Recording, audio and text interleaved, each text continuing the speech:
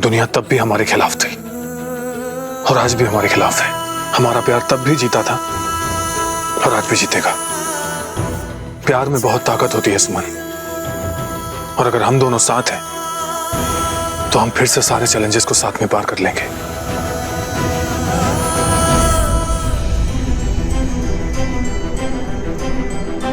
मंगलम भगवान विष्णु मंगलम गरुड़ध्वज मंगलम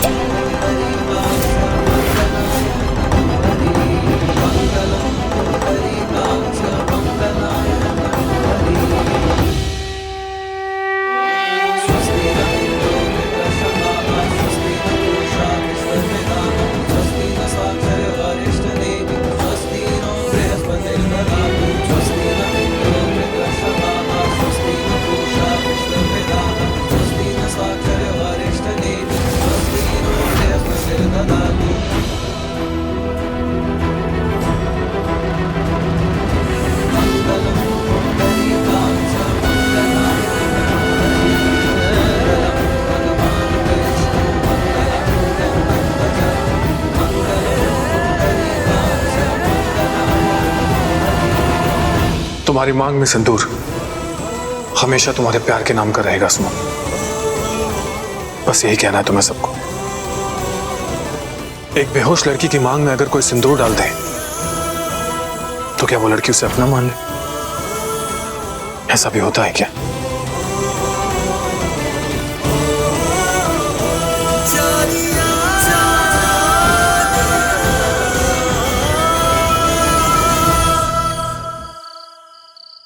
जब अंशुमन जी ने मेरी मांग भरी थी तो इस घर ने मुझे सुहागन होने का दर्जा दिया था।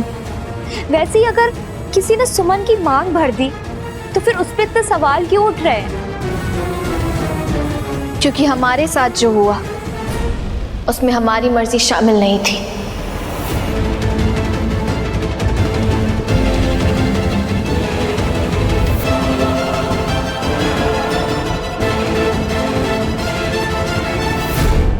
मैं नहीं जानता डॉक्टर राजीव ने ऐसा क्यों किया, लेकिन मैं इतना जरूर जानता हूं कि कोर्ट भी इस शादी को नहीं मानेगा। क्योंकि जिस वक्त डॉक्टर राजीव ने सुमन की मांग में सिंदूर भरा था उस वक्त सुमन कोमा में थी। वे इस शादी को नहीं मानते और माननी भी नहीं चाहिए।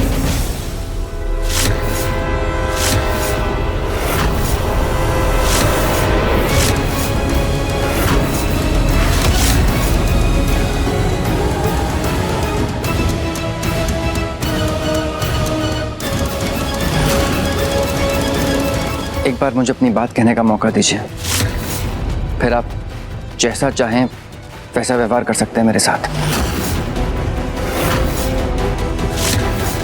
जिस वीडियो क्लिप को देखकर आप लोग मुझे सवाल भरी नज़रों से देख रहे हैं कि डॉक्टर राजीव ने ऐसा क्यों किया, किन हालातों में किया, तो उसके जवाब में मैं बस इतना कहना चाहूँगा कि अगर मैं वो नहीं करता जो मैंने किया तो सुमन आज आप सबके बीच में नहीं होती।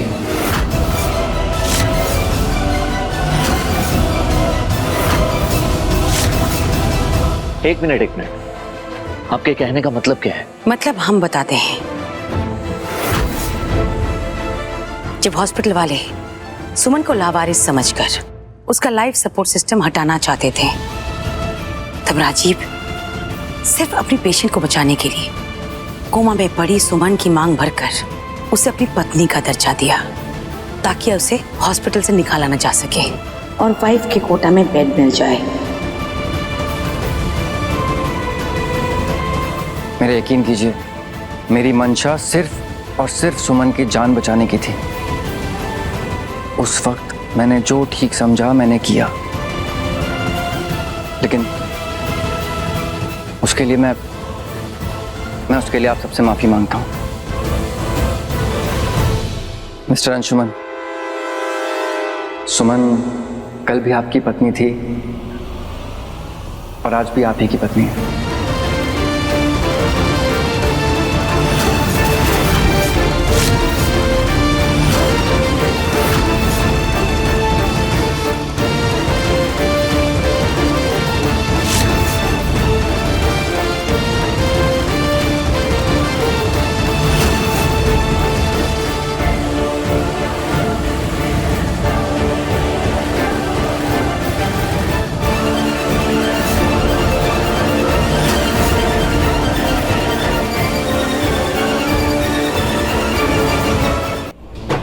ये सुमन का मंगलसूत्र है, पहना दीजिए इसे।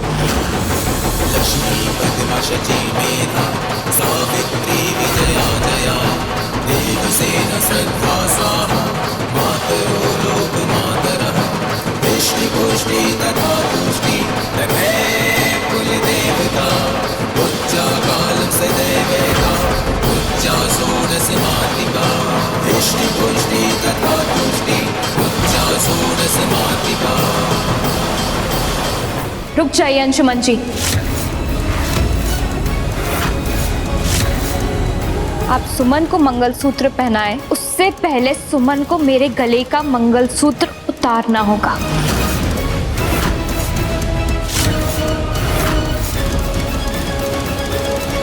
उतारो सुमन। सुमन, मैं तुम्हारे मन की हिचकिचाहट को समझता हूँ और तुम्हारा संकोच भी सही है। जब मांग में सिंदूर मैंने भरा है तो मंगलसूत्र तुम क्यों उतारोगी? ये काम भी मैं ही कर देता हूं।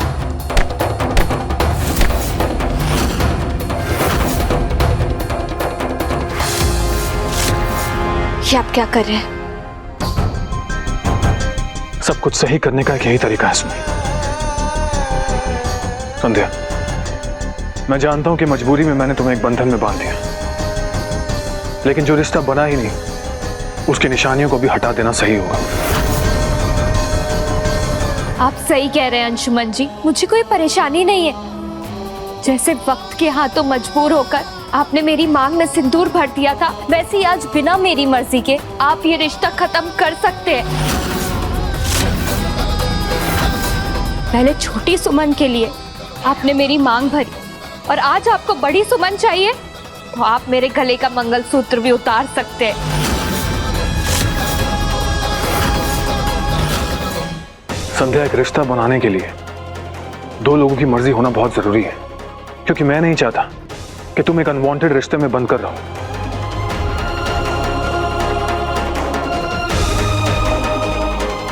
वाह, मड़के बउआ का जादू चलाया है इस लड़की ने तुम्हारे ऊपर। ऐसा पट्टी बांधा है कि तुमको इसके अलावा कोई दिखता ही नहीं है ना?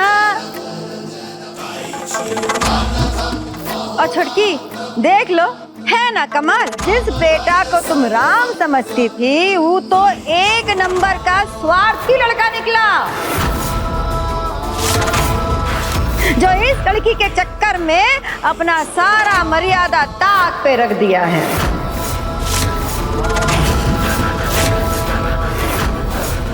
किसकी तरफदारी कर रही है बड़ी माँ, जिसकी वजह से हम सबको जेल जाना पड़ा? जिसने बिग बी से शादी करने के लिए ना सिर्फ झूठ बोला बल्कि आंचल की दोस्ती और उसके भोलेपन का फायदा भी उठाया। हाँ, मैंने झूठ बोला, किया मैंने आंचल की दोस्ती का इस्तेमाल, लेकिन किसी ने ये नहीं देखा कि मैंने ऐसा किया क्यों। क्योंकि मैं अंशुमन जी से बहुत प्यार करती हूँ, लेकिन सबने मेरे ऊपर कीचड़ उछाला। कहा गया वो वादा, जब मुझसे कहा गया था राय बहादुर परिवार किसी का हक नहीं मारता, तुम्हारे साथ न्याय होगा। खुद के बेटे का स्वार्थ सामने आ गया तो मुझे अनवांटेड बहू बनाकर कटघरे में खड़ा कर दिया। फिर कहाँ मिला मुझे न्याय, कहाँ मिला मेरा हक?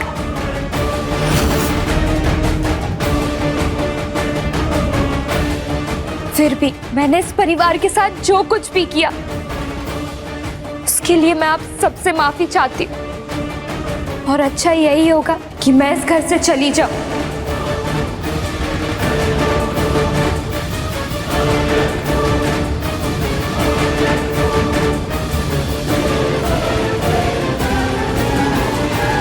रुको संध्या,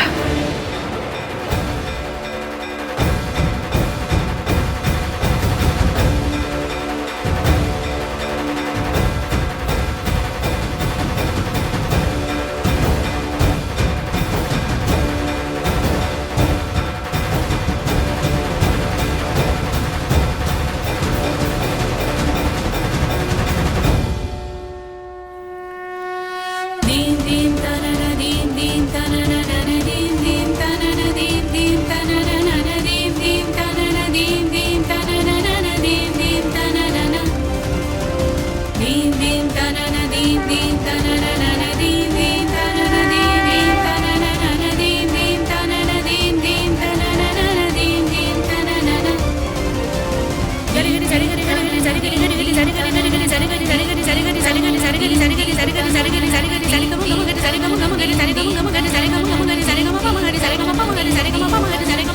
मिस्टर अंशुमन, आई थिंक हमें चलना चाहिए।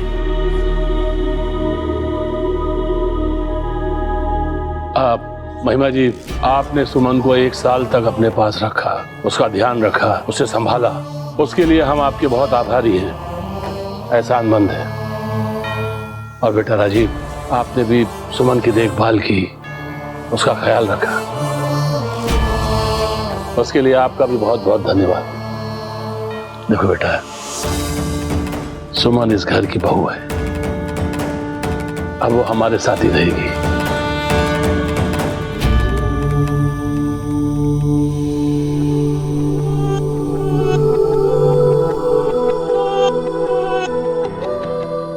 माँ,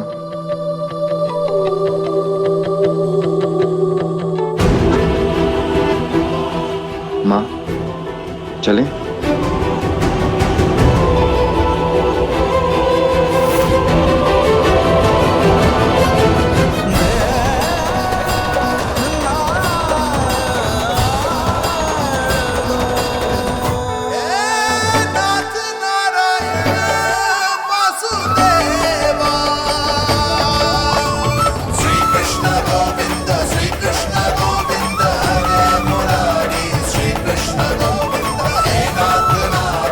ये दिए की लौ साक्षी है कि सुमन या संध्या दोनों में से हमें किसी भी एक को चुनना हो तो तकलीफ हमें बराबर की होगी। सुरभि माँ, ये क्या कर रही हैं आप?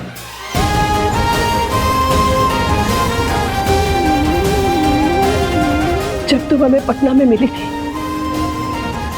हमें एक नजर में ही भाग गई थी, फिर तुमने हमें अपना दोस्त बनाया। हमारी दोस्ती आपके लिए और आपकी ममता हमारे लिए। सुरभि माँ कह के हमारी बेटी बन गई। क्या हम आपको सुरभि माँ बुला सकते हैं?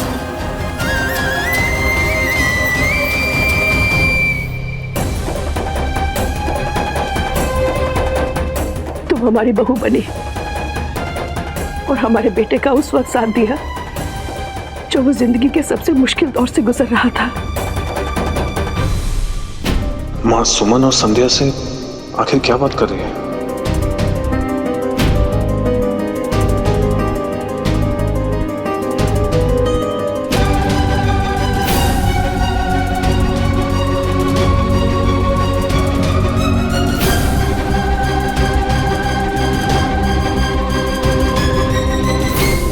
हम नहीं जानते हैं किस्मत किस और बैठक लेंगी, लेकिन सिर्फ इतना जानते हैं कि सुमन और संध्या में से किसी भी एक को चुनना हो तो दोनों में से किसी एक के साथ अन्याय जरूर होगा। हमें सुमन को चुनना हो या संध्या को, तकलीफ हमारे परिवार को बराबर की होगी। सुरभि माँ, देखिए, आप ये सारी बातें सोचकर परेशान मत होइए। भगवान जी ने जो भाग्य तय किया है वही होगा। भगवान जी तो हमेशा अच्छा ही करते हैं ना, आप बिल्कुल भी चिंता मत कीजिए। सुरभि माँ, मैं भगवान जी और भाग्य के भरोसे नहीं बैठने वाली। मैं अपनी किस्मत खुद लिखूंगी।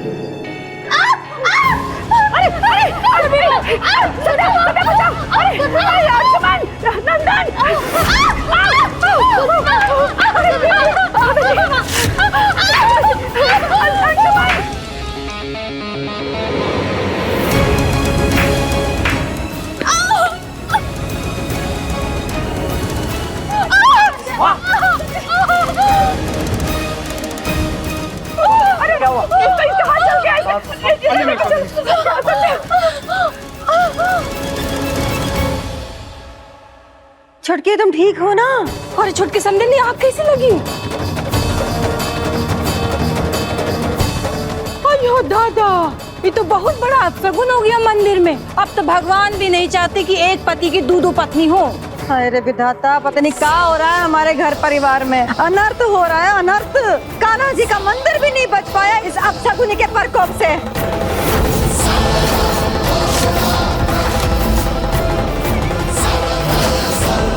हाय रे विधाता, कोई इसका हाथ तो देखो, पूरा जल गया है। अरे कोई कुछ करेगा, संभालेगा इसको। एक तो बेचारी को वैसे ही टूअर बना के रख दिया है, अब का मरने के लिए भी छोड़ देंगे। ये तारी, जाके फर्स्ट एड बॉक्स लेकर आओ।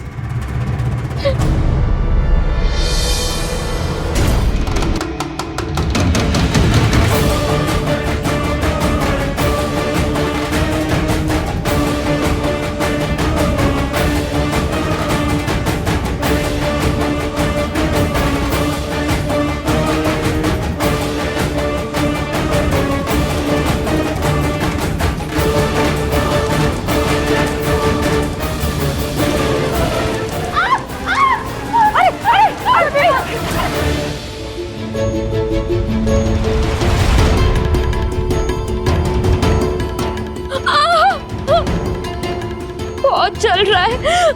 अरे संध्या, आग छुआ है तुमने तो जलन तो होगा ही। सुमन तुम ठीक हो ना? अरे उसको क्या होगा? उसको कुछ नहीं हो सकता। वो जहाँ रहेगी ना वहाँ दूसरों का बुरा होगा। अरे आफत पर भी कभी आफत पड़ा है का? और छटकी, टीना तुम्हारे कान्हा जी का संकेत है कि अगर तो ये लड़की यहीं पे जमी रही तो एक दिन ये घर जल के खाक हो जाएगा, बताए देते हैं। तब सब लोग कहेंगे कि हम सही बोल रहे थे, लेकिन तब पछताने से कुछ हाथ नहीं लगेगा, बूझे? बस करे दीदी, बार बार ऐसा क्यों कहती है? अरे तो सही कह रहे हैं ना हम। अभी भी समय है, निकाल बाहर करो इस मनहूस को, नहीं तो सब सत्यानाश हो जाएगा। बड़ी माँ, आपको जो कहना है कह लीजिए, लेकिन एक बात आप भी समझ लीजिए, ये घर सुमन का भी है, और जहां अंशुमन रहेगा सुमन वहीं रहेगी। तुम ना बस बाड़की बहू,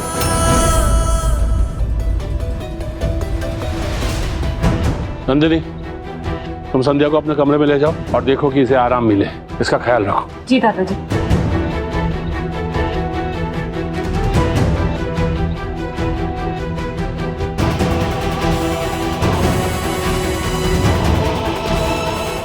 पर ये आग लगी कैसे?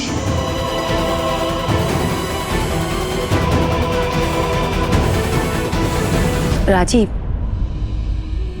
हमें नहीं लगता राय बहादुर जी के घर में सुमन को उसका अधिकार मिलेगा, वो भी संध्या के रहते हुए।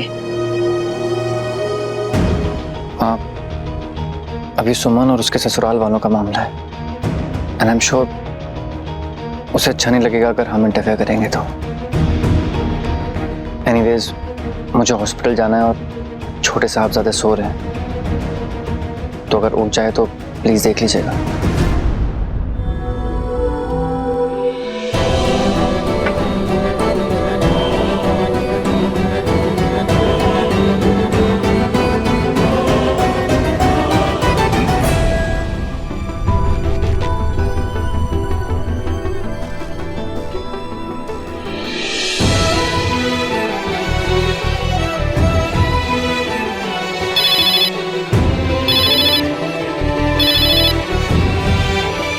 हेलो जी, आप महेंद्र जी बोल रहे हैं? जी हाँ, बोल रहे हैं। आप कौन? जी, आप हमें नहीं जानते हैं, हम मोहिमा राय। वो सुमन हमारे यहाँ रहती थी जब वो कोमा में थी। हाँ हाँ हाँ, जी जी, सुमन ने बताया था आपके बारे में। आपका और आपके बेटे का हम बहुत आभार प्रकट करते हैं। बहुत बहुत धन्यवाद आपका। कहिए, हम आपके लिए क्या कर सकते हैं? वो महेंद्र जी, हम आपसे सुमन के भविष्य के बारे में कुछ बातें करना चाहते हैं। आप सुल्तानगंज कब वापस आ रहे हैं? दरअसल हम बाहर आए हुए हैं किसी और के यज्ञ के लिए, तो कल ही लौट आएंगे। जी, हम आपका इंतजार करेंगे। आप जब आइएगा हमें खबर कर दीजिएगा। नमस्कार। नमस्ते।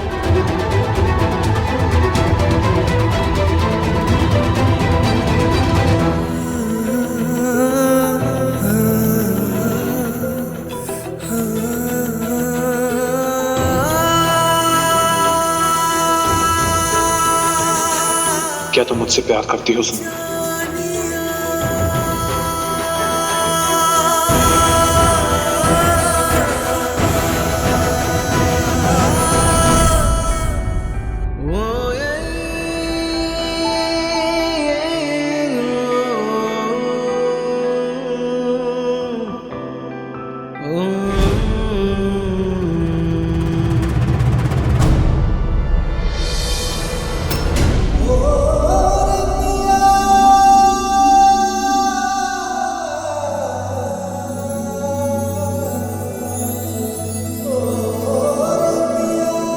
तुम जितना मुझसे दूर जाने की कोशिश करती हो, किस्मत हमें उतना ही पास लाती है सुमन।